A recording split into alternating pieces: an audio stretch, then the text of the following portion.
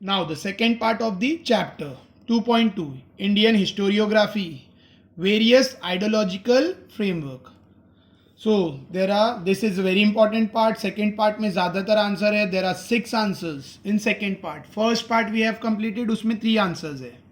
और second part में I have counted there are 6 answers. ठीक है. और ये अभी I am not going to do everything line to line, मैं सिर्फ आंसर्स वाले पार्ट पे फोकस करूंगा. Alright, because explaining everything is a big means जो व्यूअर्स है जो देख रहे हैं वीडियो उनको भी इरिटेट होता है कि सर एक एक लाइन एक्सप्लेन करे, इट्स ऑफ नो यूज. तो I will make in short colonial historiography. ठीक है, this does not belongs to any answer, तो इसके लिए मैं शॉर्ट में बता रहा हूँ. जो कॉलोनियल हिस्टोरियोग्राफी मतलब जो कॉलोनियल रूलर्स थे यानी ब्रिटिशर्स, पहले वो हिस्ट्री लिख रहे थे, इंडियन हिस्ट्री, उसमें मेजॉरिटी ब्रिटिश ऑफिसर या क्रिश्चियन मिशनरीज थे. और इनकी राइटिंग में नफरत, हेट्रेट, नाइंसाफ़ी दिखाई पड़ रही थी. यानी इन लोगों ने इंडियन कल्चर को अपनी हिस्ट्री में गलत तरीके से शो किया. ऑलराइट, जो पहले जो लिखने वाले थे हिस्ट्री वो मोस्टली ब्रिटिश ऑफिसर्स और क्रिश्चियन मिशनरीज थे. और उनकी राइटिंग में प्रीजुडिस मतलब रॉन्ग तरीके से बताना या फिर गलत बताना या नफरत दिखाई पड़ रही थी. ठीक है, किसके लिए नफरत, डिसलाइक दिखाई पड़ रहा था, किसके लिए, इंडियन कल्चर के लिए. उन लोगों ने इंडियन कल्चर का गलत इमेज शो किया. ठीक है, they are writing were use to justify, और उनके राइटिंग में ब्रिटिश रूल को जस्टिफाई किया गया था. यानी ब्रिटिश ने जो इंडिया पे रूल किया वो सही है, ऐसा वो अपनी राइटिंग में, अपनी हिस्टोरिक राइटिंग में लिख रहे थे, जो ब्रिटिश हिस्टोरियन और क्रिश्चियन मिशनरीज थे.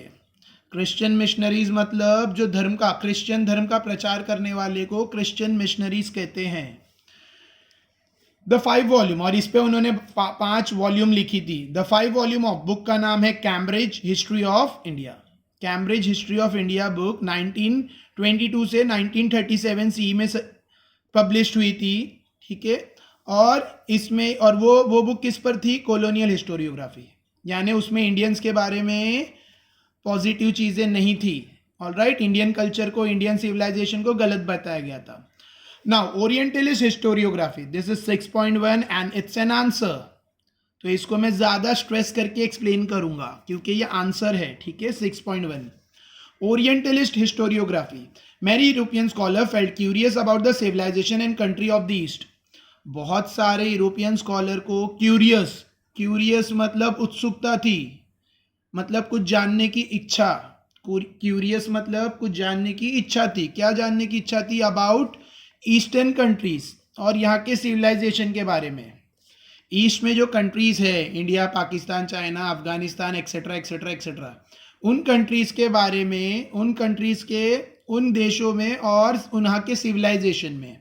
सिविलाइजेशन मतलब लोगों के रहने का, रहन सहन का तरीका, लोगों का रहन सहन का तरीका, सिविलाइजेशन. ठीक है, तो ईस्टर्न कंट्रीज और उसके सिविलाइजेशन में ये बहुत क्यूरियस थे.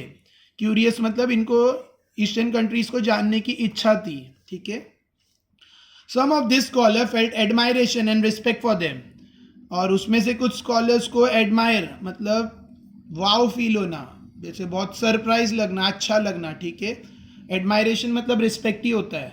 ठीक है, किसी की रिस्पेक्टफुल फीलिंग लगना, admiration and respect for them. उसमें से कुछ स्कॉलर्स को ईस्टर्न कंट्रीज़ के बारे में बहुत एडमायरेशन था, अमेजमेंट था और रिस्पेक्ट थी. The scholars were known as orientalist. ऐसे स्कॉलर्स को कहा जाता है ओरिएंटलिस्ट.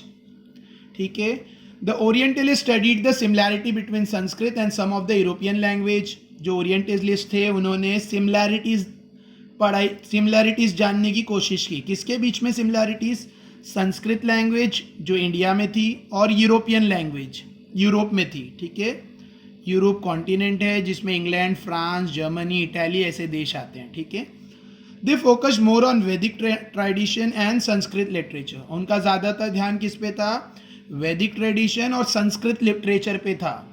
वैदिक ट्रेडिशन मतलब जो ऋग्वेदा, आयुर्वेदा, जो वेदास है इंडिया में. ठीक है, उसके ऊपर उनका फोकस था, और इंडिया की संस्कृत भाषा पर. लिटरेचर मीन्स भाषा. ठीक है. Their studies resulted into formulating the notation of an ancient language that could be the mother of all Indo-European language. उनका जो मेन उनकी जो पढ़ाई थी, उन्होंने जो नॉलेज की, उन्होंने जो रिसर्च की, ठीक है, उसका मेन उसके थ्रू नोटेशंस निकाले जा रहे थे. एंशिएंट लैंग्वेज मतलब उनकी रिसर्च से एंशिएंट लैंग्वेज खोजी जा रही थी. उनकी जो भी जानकारी थी वो अपनी जानकारी अपने नॉलेज से एंशिएंट लैंग्वेज खोज रहे थे, ऐसी लैंग्वेज जो इंडिया और यूरोपियन दोनों लैंग्वेज की मदर है. मदर मतलब इंडो यूरोपियन, इंडो मतलब इंडिया, यूरोपियन मतलब यूरोप. इंडिया और यूरोप में जो भी लैंग्वेज है वो उससे जन्म लिए, ऐसा वो लोग खोज कर रहे थे. Alright. In 1784, Sir William Jones founded Asiatic Society in Kolkata. It opens the doors for research in ancient Indian literature and history. 1784 में सर विलियम्स ने एशियाटिक सोसाइटी फाउंड की, किधर? कोलकाता में. और इसकी वजह से रास्ते खुल गए रिसर्च के, ठीक है. एंशिएंट इंडियन लिटरेचर और हिस्ट्री के रास्ते ओपन हो गए. एंशिएंट पुराने Indian literature, Indian language and history के रास्ते खुल गए, ठीक है. किसने ओपन की, किसने ओपन किया, किसने फाउंड किया एशियाटिक सोसाइटी कोलकाता में? सर विलियम जॉन्स, ठीक है. Next, among the orientalist scholar Friedrich Max Muller deserves a special mention. जितने स्कॉलर्स थे, जितने ओरिएंटलिस्ट स्कॉलर्स थे, उनमें फ्राइडरिच मैक्स मुलर, देखो इनका पिक्चर दिया यहाँ पे, फ्राइडरिच मैक्स मुलर, इनको खास मेंशन दिया जाता है, खास इनको मेंशन किया जाता है. क्यों? क्योंकि उनके ओपिनियन के हिसाब से, in his opinion, Sanskrit was the most ancient language और इंडो यूरोपियन लैंग्वेज. क्योंकि उनकी ऐसी राय थी, उनका ऐसी एडवाइस, मशवरा था, उनका ऐसा ओपिनियन था कि संस्कृत सबसे पुरानी लैंग्वेज है इंडिया और यूरोप की लैंग्वेजेस में, ठीक है.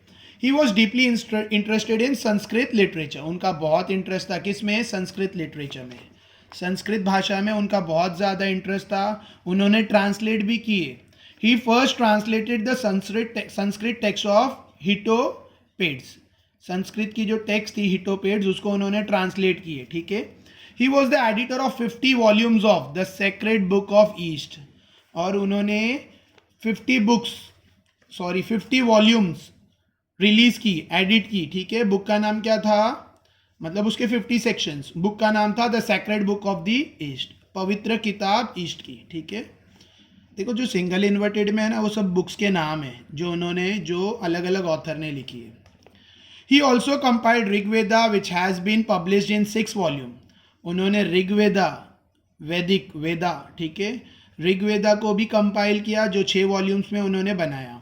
ही ट्रांसलेटेड ऋग्वेदा इन जर्मन. और उन्होंने ऋग्वेदा को जर्मन लैंग्वेज में ट्रांसलेट किया, ठीक है. लेटली, बाद में, एडवर्ड्स, ये भी एक हिस्टोरियन है, said a scholar. Lately Edward said, बाद में एडवर्ड ने कहा, क्या? एडवर्ड कौन है? A scholar who had reevaluated the orientalist writing. ऐसा स्कॉलर है जिसने रीएवल्यूटेड मतलब फिर से शुरू करना या फिर से शो करना, ठीक है. रीएवल्यूटेड मतलब करेक्शन करना, ठीक है. द ओरिएंटलिस्ट राइटिंग, इन्होंने ओरिएंटलिस्ट राइटिंग को फिर से लोगों को बताया. इन्होंने इस बात पर रोशनी डाली, मतलब इस बात को फोकस में लाया कि इम्पेलिस्टिक इंटरेस्ट था ओरिएंटलिस्ट स्कॉलर्स का. एडवर्ड ने बाद में ये बताया कि जो ओरिएंटलिस्ट स्कॉलर्स थे उनका मेन मकसद था इम्पेरियलिज्म. इम्पेरियलिस्ट इंटरेस्ट मतलब कब्जा करने की नीयत, ठीक है.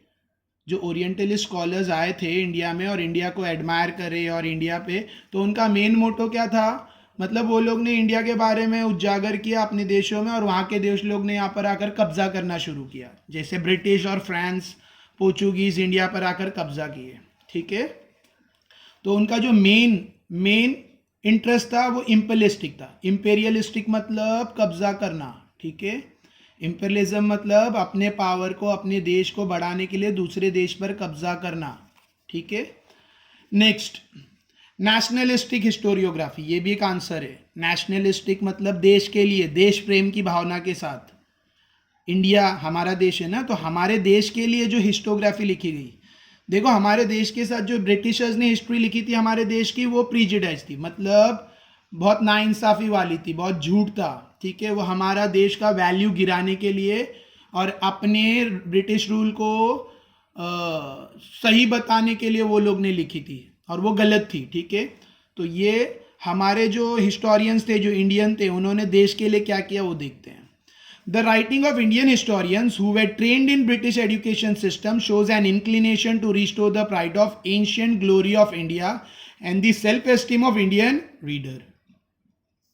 जो इंडियन हिस्टोरियंस थे, जो ब्रिटिश एजुकेशन से पढ़कर आए थे, जो इंडियन हिस्टोरियंस थे, जो ब्रिटिश यानी फॉरेन जाकर, इंग्लैंड जाकर पढ़ाई करके आए थे, उन लोगों ने इंटरेस्ट लिया कि फिर से इंडिया के जो प्राइड है और इंडिया की जो ग्लोरी है, जिनको ये लोग गलत लिखे हैं ब्रिटिश हिस्टोरियन ने, उसको सही करेंगे और रिस्पेक्ट बढ़ाएंगे, सेल्फ एस्टीम, रिस्पेक्ट बढ़ाएंगे इंडियन रीडर का। मतलब पहले जो ब्रिटिश लोग ने और जो क्रिश्चियन मिशनरीज ने हिस्ट्री लिखी थी, वो हिस्ट्री पढ़ोगे तो आपको ऐसा लगेगा कि इंडिया एक वेरी, बोलते ना, बैकवर्ड कंट्री है, और ब्रिटिशर्स ने आके उसको इम्प्रूव किया, and it was completely wrong, ठीक है। तो इंडियन हिस्टोरियंस ने जाकर, इंडियन हिस्टोरियंस जो थे वो ब्रिटिश एजुकेशन सिस्टम से पढ़कर आए, और उन्होंने आकर इम्प्रूव किया, इंटरेस्ट लिया रिस्टोर करने में, फिर से वापस गेन करने में। रिस्टोर मतलब रीगेन, क्या, प्राइड, गर्व, गर्व बोलते हैं ना, जो प्राइड, रिस्पेक्ट, ठीक है, गर्व in the ancient glory of India. और इंडिया का जो, इंडिया की जो एंशियंट ग्लोरी थी, शान और शौकत थी जो इंडिया की, उसको, वो प्राइड को रिस्टोर किया और रीडर का रिस्पेक्ट बढ़ाया, ठीक है। They are writing are known as nationalistic historiography, और उन्होंने जो लिखा है उसको कहा जाता है nationalistic historiography. Nationalistic writing in Maharashtra were inspired, nationalistic writing in Maharashtra were inspired by Vishnu Shastri Chiplunkar, ठीक है। महाराष्ट्र में जो नेशनलिस्टिक राइटिंग वाले थे वो किससे इंस्पायर्ड थे? Vishnu Shastri Chiplunkar. He criticise the prejudice history of ancient India written by British officer. वो लोग वो गलत बताते थे। क्या गलत बताते थे? क्रिटिसाइज मतलब गलती बताना, गलत बताना। प्रीजुडाइज मतलब जो रॉन्ग डूइंग था, जो नफरत के साथ किया हुआ हिस्ट्री लिखा हुआ था, ठीक है। तो वो गलत बताते थे, वो नफरत वाली हिस्ट्री जो एंशिएंट इंडिया के बारे में ब्रिटिश ऑफिसर्स ने लिखी थी। The nationalistic historian tried to seek the golden era of Indian history. और जो नेशनलिस्टिक, देश प्रेम वाले हिस्टोरियंस थे, देश भावना वाले, ठीक है, उन लोगों ने इंडिया का जो सुनहरा वक्त था, गोल्डन एरा, सुनहरा वक्त, यानी इंडिया जो गोल्डन, आज भी इंडिया को गोल्डन बर्ड कहा जाता है because we have the power, ठीक है। तो जो गोल्डन एरा था, जो सुनहरा पल था इंडिया का, उसके बारे में लिखा इंडियन हिस्ट्री में। They are at time blamed for ignoring the critical analysis of historical truth. और वो टाइम पे उनको ब्लेम किया जाता था, जब इन लोगों ने इंडिया की हिस्ट्री, इंडिया की गोल्डन हिस्ट्री लिखी, तो उनको ब्लेम किया जाता था, यानी उन पे इल्ज़ाम लगाए जाते थे कि वो लोग क्रिटिकली एनालाइज नहीं कर रहे हैं, हिस्टोरिकल ट्रूथ को इग्नोर कर रहे हैं। वो लोग हिस्टोरिकल ट्रूथ को क्रिटिकली एनालाइज नहीं करते हैं, ठीक है, ऐसे इल्ज़ाम लगाए जा रहे थे वो टाइम पे। महादेव गोविंद रानडे, रामकृष्ण गोपाल भंडारकर, विनायक दामोदर सावरकर, राजेंद्र लाल Mishra, Ramesh Chandra Majumdar, Kashi Prasad Jaiswal, Radha Kumud Mukherjee, Bhagwan Lal Indraji, Vasudev Vishnu Mirashi and Anand Sadashiv Altekar are the names of some renowned scholar among the nationalistic historiography. ये सब जो फेमस स्कॉलर्स थे इंडिया के नेशनलिस्टिक हिस्टोरियोग्राफी, उनके नाम है, जो जिन्होंने देश के लिए, देश का गर्व बढ़ाने के लिए, देश की शान में हिस्ट्री लिखी, ठीक है। नेक्स्ट यहाँ पे कुछ रेड में दिया है, वो बाद में देख लेते हैं, नहीं तो कर लेते हैं। Justice Mahadev Govind Ranade has explain the background of the rise of Maratha empire in a great detail in his book. जो मराठा एम्पायर राइज हुआ इंडिया में, उसके बारे में लिखा है। किसने लिखा है? जस्टिस महादेव गोविंद रानडे ने, ठीक है, अपनी बुक में। कौन सी बुक? बुक का नाम क्या है? The rise of Maratha power. Rise of Maratha power book में उन्होंने मराठा एम्पायर का जो राइज हुआ था इंडिया में, उसके बारे में लिखा है, ठीक है। According to him, it was not like a sudden erupt of fire, forest fire, but the ground for it, Maharashtra, on the social, cultural and religious level was getting ready over a prolonged period. उनके हिसाब से जो rise of Maratha है, ये कुछ अचानक में नहीं हुआ। जैसे जंगल में अचानक में आग लगती है, वैसा कुछ नहीं हुआ। बल्कि वो धीरे धीरे डेवलप हुआ था महाराष्ट्र की सोशल सोसाइटी में, कल्चर संस्कृति में, धर्म के लेवल में धीरे धीरे कई जमानों से वो था, ठीक है, फिर वो राइज हुआ। नेक्स्ट, राजवदे वड़े जो भी है, जो जैसा प्रोनाउंस कर रहे हैं, Rajwade is well known for the writing of Marathi on various subject like history, linguistic, etymology, grammar etcetera. ये बहुत फेमस है मराठी में लिखने के लिए। क्या? हिस्ट्री, मराठी में हिस्ट्री लिखी इन्होंने, लिंग्विस्टिक भाषा पर लिखा, इटिमोलॉजी यानी वर्ड्स कहाँ से ओरिजिन हुए उसके बारे में, वर्ड्स कहाँ प्रोड्यूस हुए, कौन से साल में किसने वर्ड्स जनरेट किए, वर्ड्स अल्फ़ाबेट्स, ग्रामर पे लिखते थे एक्सेट्रा, ठीक है। कौन? Rajwade. He was of the firm opinion that we should write our history. उनकी एक खास एडवाइस थी, खास ओपिनियन था कि हमें अपनी हिस्ट्री लिखनी चाहिए, हमें अपनी खुद की देश की हिस्ट्री लिखनी चाहिए, ठीक है।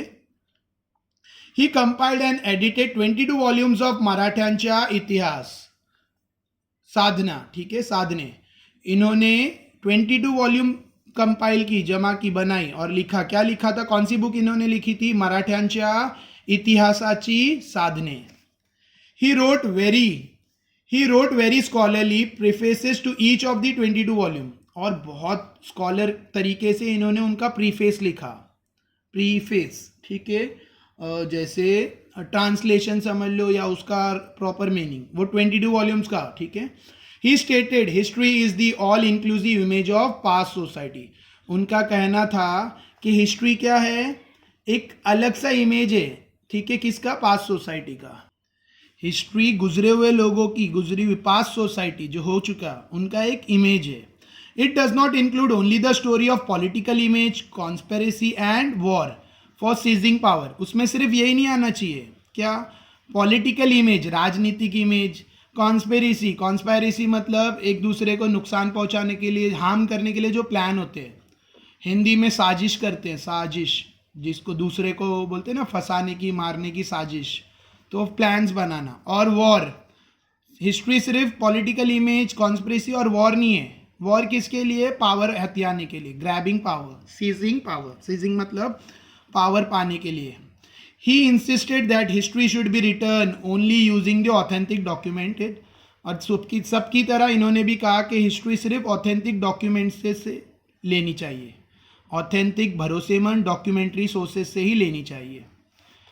The nationalistic historiography helped in triggering of the independence. जो नेशनलिस्टिक हिस्टोरियोग्राफी थी, इसने सपोर्ट किया, इसने बढ़ावा दिया, किसको बढ़ावा दिया? इंडिपेंडेंस मूवमेंट को। जो नेशनलिस्टिक हिस्टोरियोग्राफी थी, उसने इंडिपेंडेंस मूवमेंट यानी आज़ादी की लड़ाई, इंडिपेंडेंस, आज़ादी के मूवमेंट, आज़ादी के लिए जो आज़ादी के लिए जो आज़ादी के आंदोलन थे, फ्रीडम इंडिपेंडेंट मूवमेंट, आज़ादी के लिए जो आंदोलन थे, उसमें भी बढ़ावा मिला नेशनलिस्टिक हिस्टोरियोग्राफी से। Of the Indian people against the British, Indians people को बढ़ावा मिला आज़ादी के आंदोलन में, ठीक है, ब्रिटिश के खिलाफ। किससे? नेशनलिस्टिक हिस्टोरियोग्राफी से। In this expect the book the Indian war of independence, इसमें जो किताब थी, इसके हिसाब से जो बुक जिसका नाम था इंडियन इंडिपेंडेंट वॉर, बुक का नाम था Indian war of independence 1857, written by Vinayak Damodar Savarkar, is of great importance, ठीक है। विनायक दामोदर सावरकर ने एक बुक लिखी थी, बुक का नाम था the Indian war of independence 1857, ठीक है। ये भी नेशनलिस्टिक हिस्टोग्राफी पे बेस्ड थी और इसका ये फ्रीडम स्ट्रगल में यानी आज़ादी के आंदोलन में बहुत, इंडिपेंडेंट मूवमेंट में बहुत हेल्पफुल रही। देखो ये आंसर है 3.2, शायद विनायक दामोदर सावरकर पे है, तो यहाँ पर you will get the answer. The nationalistic historiography provided a momentum to the writing of regional histories too. Nationalistic historiography में रीजनल हिस्ट्रीज भी लिखी जाएगी, रीजनल जगह के बारे में। As a result attention of historian was drawn to geographic condition and history of south Indian region, ठीक है, जिसकी वजह से ध्यान, हिस्टोरियन का ध्यान किधर आने लगा? साउथ इंडिया के जोग्राफिक कंडीशन पे, जिसकी वजह से हिस्टोरियन जोग्राफिक कंडीशन को भी ध्यान में रख रहे थे, अपनी हिस्ट्री में रिकॉर्ड कर रहे थे और साउथ इंडियन रीजन को भी. Alright, now about V K Rajwade. ठीक है, जो हम लोग पहले भी पढ़े उनके बारे में ही है, क्योंकि आंसर है अबाउट हिम 4.2, वहाँ पे भी कुछ पॉइंट्स है. We K Rajwade founded Bharat Itihas Sanshodhak Mandal in Pune on 7 July 1910 to facilitate historical research. इन्होंने भारत इतिहास संशोधक मंडल बनाया. ठीक है, किधर बनाया? पुणे में, 7 जुलाई 1910 में. ठीक है, और इससे किसको फैसिलिटी मिलेगी? हिस्टोरिकल रिसर्च को इससे हेल्प मिलेगी, बढ़ावा मिलेगा. अब इनका क्या कहना था, देखो. Human history is defined by time and space. V K Rajwade ये कहते थे, देखो यहाँ पे लिखा है, तो ये इनका कहना था. क्या कहना था इनका? कि human history is defined by time and space. Human की जो हिस्ट्री है वो वक्त और जगह के हिसाब से बनती है. ह्यूमन हिस्ट्री समय और जगह के हिसाब से डिस्क्राइब की होती है. Describing any event necessitate that the final portrayal should be spread on the complete canvas of the given time and place. अब ये इधर कुछ ड्राइंग के वर्ड्स यूज़ किए. कैनवस ड्राइंग में यूज़ होता है, कैनवस पे कलर को स्प्रेड किया जाता है. ठीक है, तो यहाँ पे वो मुहावरे स्टाइल में बोल रहे हैं कि जो असली, जो कोई भी इवेंट ज़रूरी है हिस्ट्री बनने के लिए, हिस्ट्री में लिखा जाने के लिए कोई इवेंट ज़रूरी है, तो वो अच्छी तरह से टाइम पे वो इवेंट जिस टाइम पे हुआ और उसको बोलते हैं ना अच्छी तरह से स्प्लिट किया गया, अच्छी तरह से उसको शो किया गया. तो यहाँ पे उन्होंने लिखा है final portrayal should be spread. Final picture जो हिस्ट्री लिखी जा रही है वो अच्छी तरह से ऐसा होना चाहिए जैसे कलर को अच्छे से स्प्रेड किया कैनवस पर, यानी यहाँ पर हिस्ट्री को अच्छे से डिटेल में लिखा है. ठीक है, और जगह और समय के हिसाब से. ऑलराइट, देखो आगे वो क्या कहते हैं. Only if a balance combination of 3 factor. आखिर 3 चीज़ें प्रॉपर बैलेंस में मिलेगी. आखिर 3 चीज़ों का कॉम्बिनेशन प्रॉपर बैलेंस में रहेगा. कौन सी 3 चीज़ें? समय, जगह और पर्सनैलिटी. समय, किस समय हुआ, किस जगह पर हुआ और किसने किया. किस समय पर हुआ, किस जगह पर हुआ और कौन है वो हिस्टोरी, मतलब कौन है वो कैरेक्टर. जैसे शिवाजी महाराज के बारे में हिस्ट्री है, तो कभी की हिस्ट्री है, वो टाइम क्या था, किस जगह पर वो, जैसे महाराष्ट्र. ठीक है, और पर्सनैलिटी शिवाजी महाराज. ठीक है, इस प्रेजेंट. आखिर ये तीनों चीज़ों का बैलेंस कॉम्बिनेशन रहेगा. Then only an event does qualify to called so. तभी वो इवेंट को क्या बोला जाएगा? हिस्ट्री. कॉल्ड सो मतलब कॉल्ड हिस्ट्री. ऑलराइट, कौन कह रहा है ये? आई होप समझ रहा है ये. दिस इज एन आंसर हाँ about V K Rajwade. Alright, और ये भी एक आंसर है about Vinayak Damodar Savarkar. The nationalistic historiography provide a momentum to the writing of regional history. हो गया, सॉरी. सो आंसर्स भी हो रहे हैं. This is answer 4.2. You can see the question behind. Answer 3.2. Alright, next. Historiography in the post independence era, यानी historiography independence मिलने से पहले का. ठीक है, now along with writing the dynastic histories. देखो, राजाओं की हिस्ट्री लिखने के साथ साथ cultural, social, economic history were also being written. संस्कृति के बारे में, सोसाइटी के बारे में, इकोनॉमी के बारे में हिस्ट्री भी लिखी जा रही थी. Scholars of post India.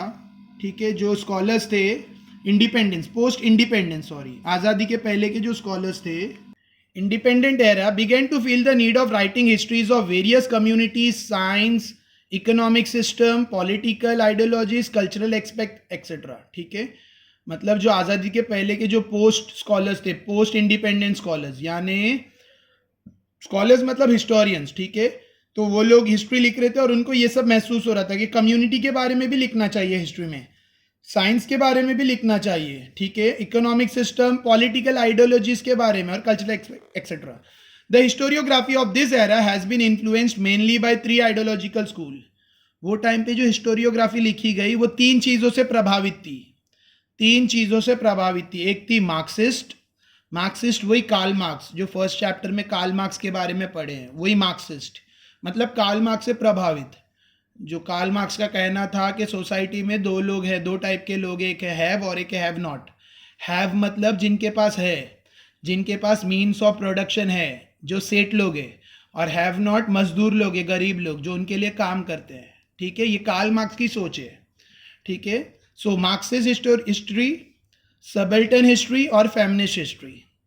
Marxist history, Karl Marx India में, अब उसके बारे में, ये इंडिया अभी इंडिया में है. मतलब मार्क्सिस्ट हिस्ट्री मतलब कार्ल मार्क्स की आइडियोलॉजी पर हिस्ट्री लिखी गई इंडिया में. सबल्टन हिस्ट्री मतलब जो बॉटम वाले लोग हैं, जो लोअर कास्ट के दलित लोग हैं, उनके बारे में हिस्ट्री, क्योंकि उनके बारे में कोई हिस्ट्री लिख रहा ही नहीं था. हालांकि वो भी सोसाइटी का एक सेक्शन है. जो लोअर वर्ग के लोग हैं, जो नीचे बोलते हैं ना, पिछड़ी जात के बैकवर्ड लोग हैं, जिनको दलित कहा जाता है, दलित शूद्रा ऐसे सब कहा जाता है, उनके बारे में तो हिस्ट्री थी नहीं, तो वो भी बहुत ज़रूरी है. तो subaltern history. Feminist, women's, Indian women के बारे में हिस्ट्री, तो 3 सेक्शन में डिवाइड हुआ. ठीक है. Next, Marxist history. अब ये भी एक आंसर है. मार्क्सिस्ट हिस्ट्री इट्स 4.1, तो you can check behind. The concern for this mean of production, modes of production and the industrial relation were the center in the writing of Marxist historian. 3 चीजें थी Marxist historian में. क्या? Means of production, production यानी industry में जो production होता है उसका जरिया. मोड्स ऑफ प्रोडक्शन, कैसे प्रोडक्शन होगा, किस चीज से प्रोडक्शन होगा, मतलब प्रोडक्शन करने के लिए जो मशीन्स और ह्यूमन्स और ट्यूल्स लगते हैं वो.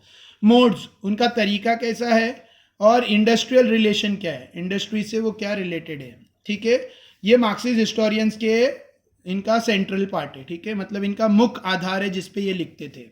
According to analyse the impact of every social event of significance has remained the basic theme of Marxist historiography.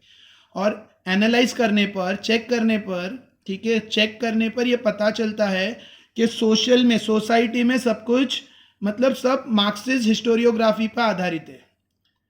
यानी देखो, एग्रीकल्चर में प्रोडक्शन होता है तो इंसान की जिंदगी गुजर रही, बराबर है ना, प्रोडक्शन होता है एग्रीकल्चर में. उसी तरह से इंडस्ट्रीज में प्रोडक्शन होता है, तो प्रोडक्शन होता है वो हमारे काम आता है. तो इसके लिए जो मार्क्सिस्ट हिस्टोरियोग्राफी वो थीम है, सबका बेसिक थीम है, ऐसा माना जाता है. Marxist historians in India studied the transition with in the caste system. जो मार्क्सिस्ट हिस्टोरियन थे इंडिया में, इंडिया के जो मार्क्सिस्ट हिस्टोरियन थे, कार्ल मार्क्स को फॉलो करने वाले इंडियन हिस्टोरियन थे, वो लोग कास्ट सिस्टम में ट्रांजिशन पढ़ रहे थे. कास्ट सिस्टम में ट्रांजिशन, देखो मैं शॉर्ट में बता रहा हूँ. फॉरेन कंट्रीज में, जैसे अभी एट प्रेजेंट अमेरिका में ब्लैक और वाइट के बीच में रेसिज्म चल रहा है, कम्युनिस्ट रेसिज्म. मतलब वाइट समझते हैं कि दे आर सुपीरियर और ब्लैक का इन्फीरियर. अब ब्लैक कहते हैं ऑल ह्यूमन्स आर इक्वल, हमें इक्वल राइट देना चाहिए. तो ऑफिशियल्स के हिसाब से, ऑफिशियली मतलब गवर्नमेंट के हिसाब से इक्वल राइट दिया जाता है, लेकिन पब्लिक में आपस में भेदभाव है. और ये अभी का नहीं है, फर्स्ट टाइम नहीं है, ये कई सालों से चला आ रहा है. उसी तरह से यूरोप कंट्रीज में रिच और पुअर के बीच में प्रॉब्लम्स था. रिच पीपल जो ओनर्स थे, जो कैपिटलिस्ट थे, वो लोग अपने आप को ज़्यादा शाणे समझते थे. और जो लेबर है, ये जो लेबर वाला प्रॉब्लम है, ये रशिया से मेन स्टार्ट हुआ, उसको कम्युनिस्ट कहते, कम्युनिज्म. ठीक है. तो सेठ और गरीबों के बीच में जो जंग चलती है, लेबर और मजदूर और फैक्ट्री.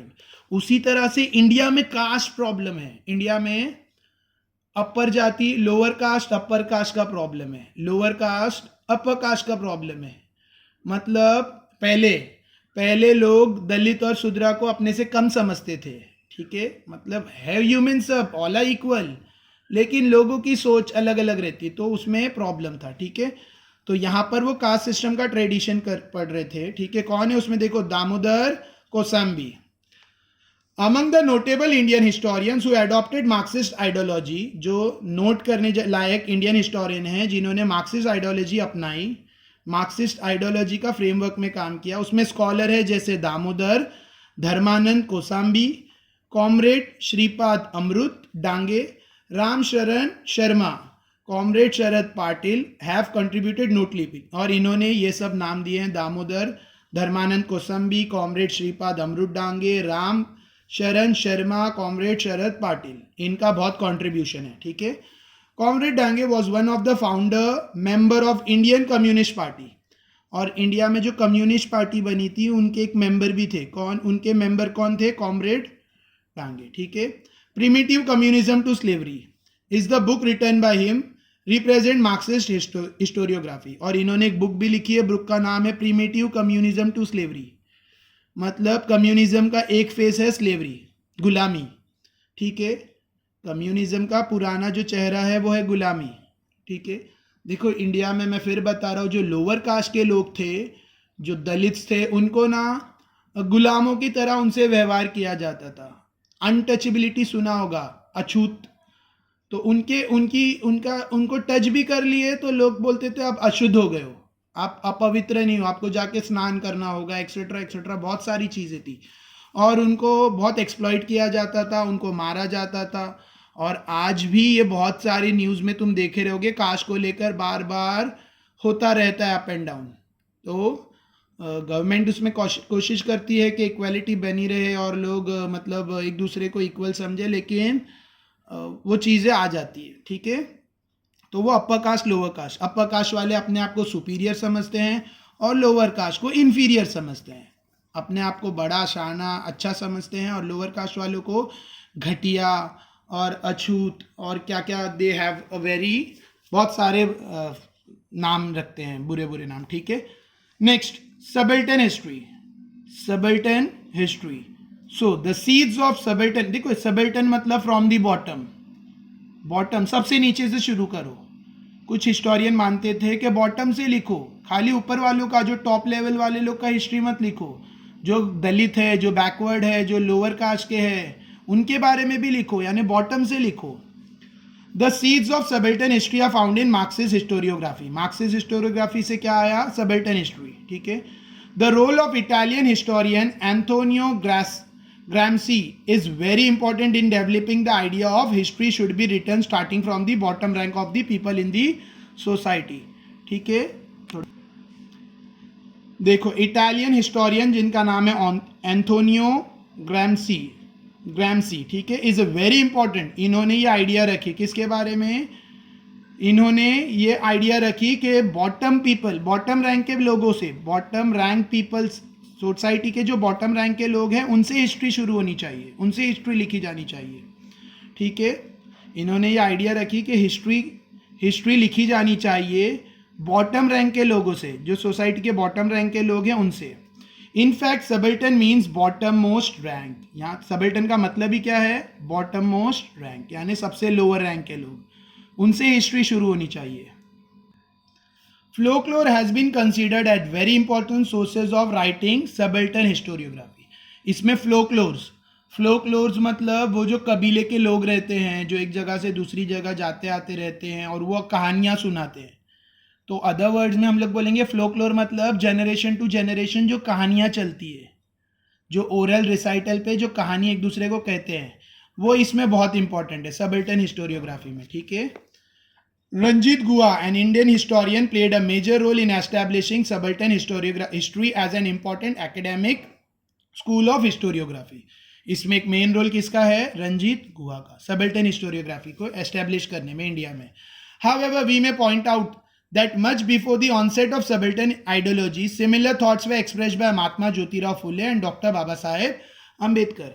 और लेकिन एक चीज़ इसमें नोटवर्दी है, एक चीज़ ऐसा नोट करने जैसी है, ठीक है, कि सबल्टन हिस्टोरियोग्राफी स्टार्ट होने से पहले वैसी सोच में लिखी गई, वैसी सोच में हिस्ट्री को एक्सप्रेस किया था, किसने, महात्मा ज्योतिराव फुले ने और डॉक्टर बाबा साहेब आम्बेडकर ने। मतलब लोअर कास्ट के लिए जो बॉटम मोस्ट रैंक से हिस्ट्री, ऐसी सोच, ऐसी आइडियोलॉजी वाले कौन थे, महात्मा ज्योतिराव फुले और doctor Ambedkar, doctor Baba Saheb Ambedkar. Alright, next, Mahatma Phule unfold the history of Sudra Ati Sudra communities in his book गुलामगिरी।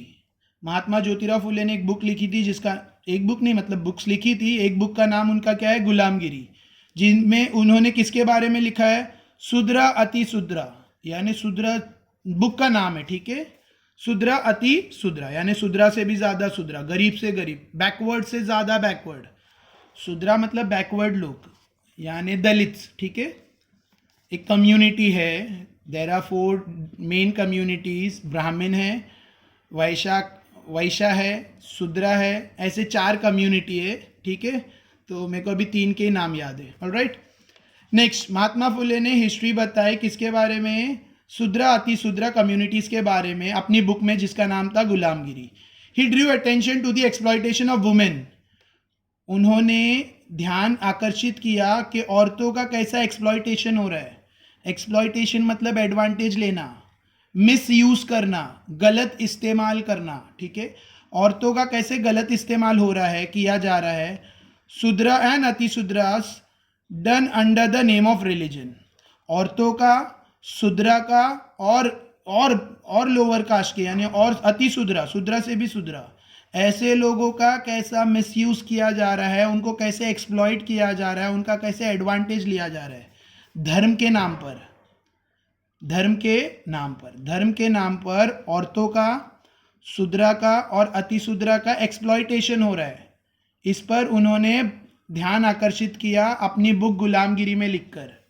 ठीक है, आई होप समझा. एक्सप्लॉइटेशन मतलब मिस यूज करना, गलत इस्तेमाल करना, एडवांटेजेस लेना. ठीक है, exploitation. I have not written over here, मुझे याद है इसके लिए मैं बोल रहा हूँ. एक्सप्लॉइटेशन मतलब गलत इस्तेमाल करना, फायदा उठाना. ठीक है. The term Shudra and Atishudra indicated the bottom most rank in the caste system.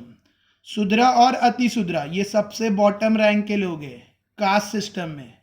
जो जाति का सिस्टम है, धर्म अलग है, धर्म के अंदर जाति. ठीक है, तो जो जाति का सिस्टम है, जैसे हिंदू धर्म में आई सेड यू ना, देयर आर 4 मेन जाति है, कास्ट है, और उसके अंदर फिर और सब कास्ट है, वो अलग चीज़ है. ठीक है, कास्ट है और अंदर और सब कास्ट है.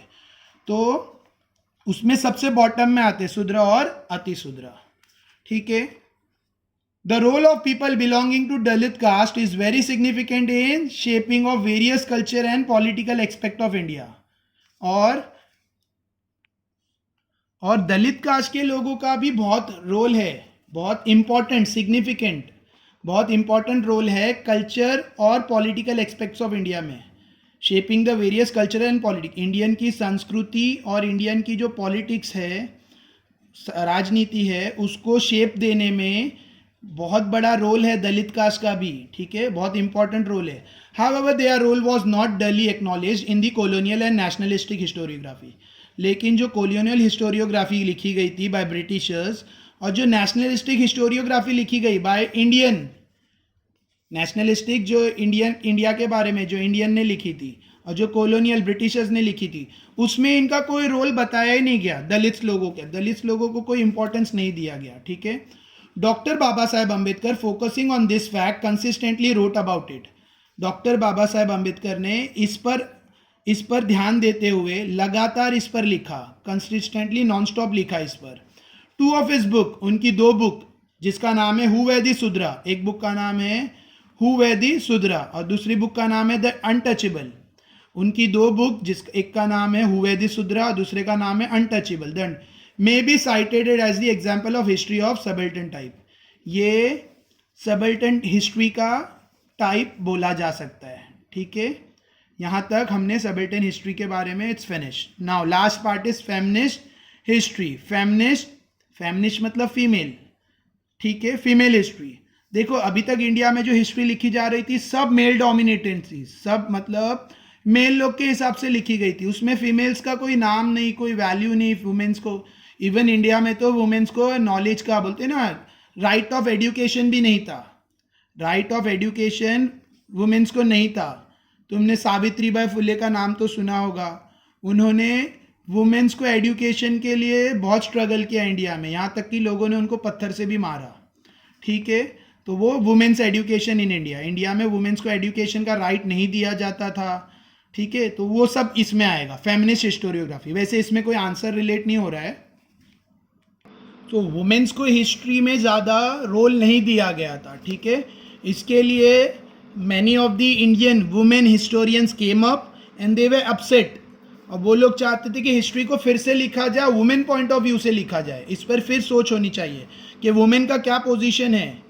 ठीक है, हिस्ट्री में मतलब वुमेन ने क्या क्या, वुमेन्स लोग ने भी बहुत इम्पॉर्टेंट रोल प्ले किया है, तो उनके बारे में भी लिखा जाना चाहिए. ठीक है, और उसमें एक का नाम आता है, एक वुमेन का नाम आता है जिसका नाम है ताराबाई शिंदे. ताराबाई शिंदे ने जो मेल डोमिनेटिंग हिस्ट्री है सिस्टम पे, जो मेल डोमिनेटेड सोशल सिस्टम है उस पर अटैक करते हुए, ठीक है, और जो कास्ट सिस्टम है उस पर अटैक करते हुए अपनी बुक में लिखा। बुक का नाम था स्त्री पुरुष तुलना, जो 1882 में छपी, ठीक है। और ये इंडिया में छपने वाली सबसे पहली फीमेल फेमिनिस्ट बुक थी, मतलब फीमेल हिस्ट्री पे लिखी गई, वुमेन्स हिस्ट्री पे लिखी गई पहली बुक थी 1882 में। किसने लिखी थी? ताराबाई शिंदे ने, ठीक है, ताराबाई शिंदे ने लिखी थी। बुक का नाम है स्त्री पुरुष तुलना। और ये बुक में किसके बारे में, किसको अटैक करके लिखा हुआ था, किस पर अटैकिंग पॉइंट्स लिखे गए थे? मेल डोमिनेशन, मतलब मेल जेंट्स, ठीक है। डोमिनेशन मतलब वो लोग अपना ही सब जगह, जेंट्स मतलब मेल के बारे में लिखा जा रहा है, औरत को काउंट ही नहीं किया जा रहा है, वुमेन्स को काउंट ही नहीं कर रहे।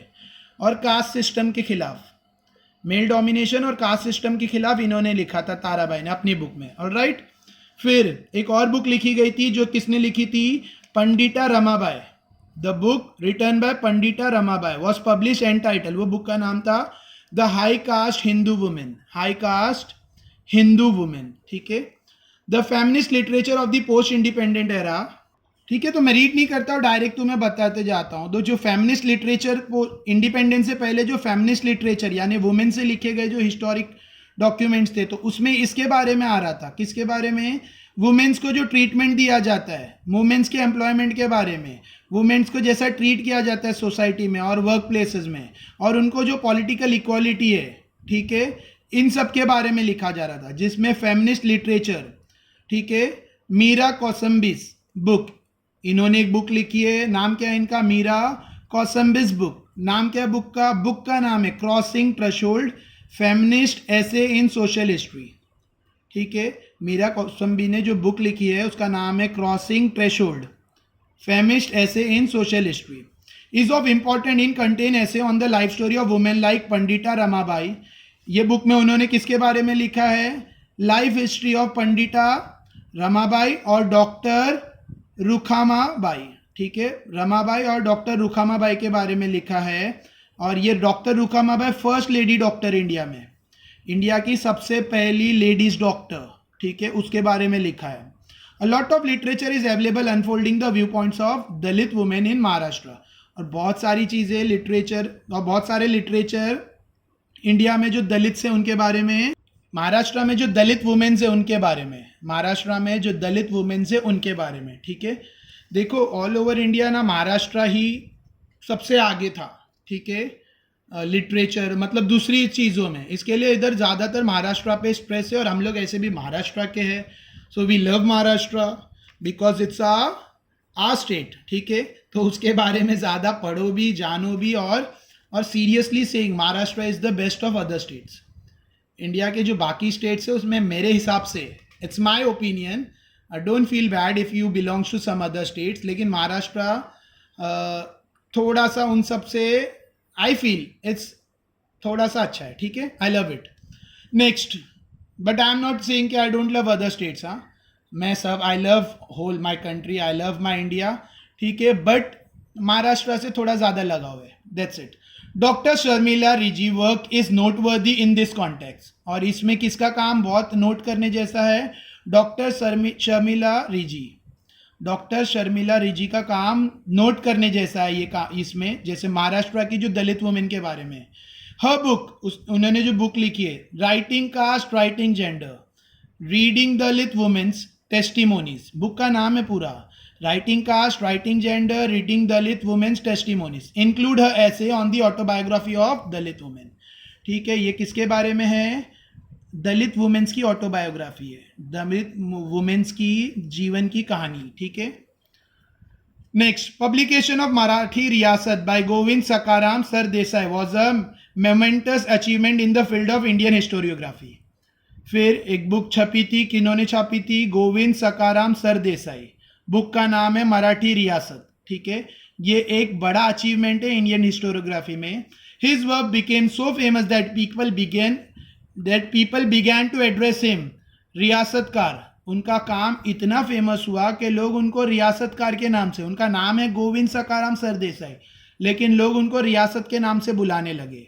ही publish several volumes of Maratha history, और उसमें उन्होंने मराठा की हिस्ट्री के बारे में बहुत सारे वॉल्यूम पब्लिश किए। There have been a number of Indian historians who wrote without embracing a particular ideology. बहुत सारे इंडियन हिस्टोरियन हैं जिन्होंने एक सोच पर, एम्ब्रेसिंग मतलब होल्डिंग अ पर्टिकुलर, एक पर्टिकुलर आइडियोलॉजी को नहीं पकड़ के लिखा, मतलब अलग अलग चीजों पे लिखी, ठीक है। Among them historian like sir Jadunath Sarkar, ठीक है, सुरेंद्रनाथ सेन, रियासतकार जीएस, रियासतकार जो अभी हमने ऊपर पढ़ा ना, गोविंद सकाराम, उनके बारे में, Sardesai, and the Trimbak Shankar Shejwalkar are noteworthy. इनका काम बहुत नोट करने लायक है, ठीक है, noteworthy. In recent time historian like Yashwant Dinkar Phadke, Ramchandra Guha, etc. have been contributed extensively to the historiography of modern India. Recent time में इन लोगों ने भी बहुत कंट्रीब्यूट किया मॉडर्न इंडियन की हिस्ट्री में। नाम क्या है? यशवंत दिनकर फड़के, रामचंद्र गुहा, ठीक है, etcetera. Thus, it is evident that the Indian historiography has been influenced greatly by the social and political movement. यानी जो इंडिया की हिस्टोग्राफी है वो बहुत प्रभावित है किससे? सोसाइटी की सोशल और पॉलिटिकल, राजनीतिक मूवमेंट से। It seems that some part of the Indian historiography were also develop outside the influence of this movement. और इंडिया के कुछ पार्ट की हिस्ट्री इसके बाहर भी डेवलप हुई, मतलब ये दो पॉइंट, सोशल और पॉलिटिकल मूवमेंट के बाहर भी उनका डेवलपमेंट हुआ। By this I finish the chapter. I hope पूरा चैप्टर समझा। This is the second part. इसमें 6 आंसर्स मैंने पैराग्राफ बताए हैं, वो पैराग्राफ में you are going to find the answer. थोड़ा उसको काट छाट के कम ज़्यादा करके यू हैव टू राइट, ठीक है। अच्छा,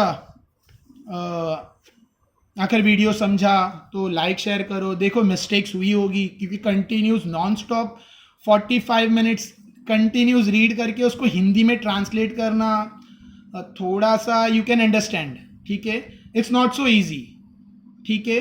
तो मे बी गलती होगी रीडिंग में या फिर कुछ मिस हुआ होगा। आई एम नॉट अ एंजल, मैं कोई फरिश्ता तो नहीं हूँ कि मुझसे गलती नहीं होगी।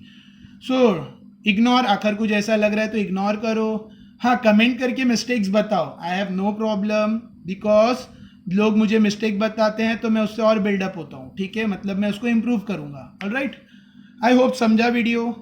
Like share subscribe etcetera etcetera etcetera. Thank you.